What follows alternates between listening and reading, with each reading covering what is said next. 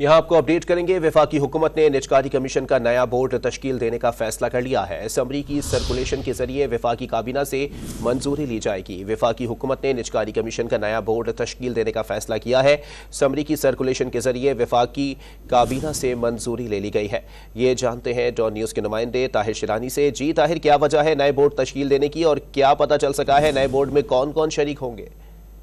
देखिए, तकरीबन एक दहाई से जो निजकारी कमीशन का बोर्ड था उनके मेंबरान को तब्दील नहीं किया गया था, तो इसलिए निजकारी कमीशन की जानिब से ये समरी भिजवाई गई थी वज़ीर आज़म को। पहले वज़ीर आज़म से इजाज़त ली गई और उसके बाद वफाकी काबीना से इसकी सर्कुलेशन के जरिए मंजूरी ली गई है, जिसके तहत जो निजकारी कमीशन बोर्ड मेंबरान हैं उनको हटाने की मंजूरी दी गई है। हटाने वाले बोर्ड मेंबरान में जफर इकबाल सुबहानी, अरसला खां होती, जफर इकबाल FCA, खुरम शहजाद, इसी तरह इतरत हुसैन रिजवी, मेमन अब्दुल जब्बार, अशफाक तोला और यावर इरफान शामिल हैं, जिनको निजकारी कमीशन बोर्ड मेंबरान से हटाने की मंजूरी दी गई है। निजकारी बोर्ड मेंबरान साबका लीगी, PTI और मौजूदा हुकूमत में तैनात रहे।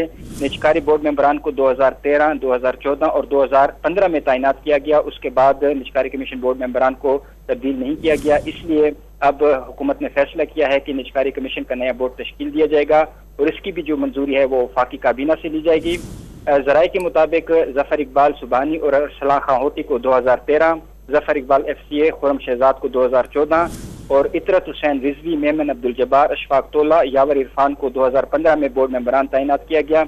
इसलिए अब नया बोर्ड तश्कील दिया जाएगा और उसकी भी मंजूरी जो है वो वफाकी काबीना से ली जाएगी। जी, बहुत शुक्रिया ताहिर शिरानी अपडेट करने के लिए।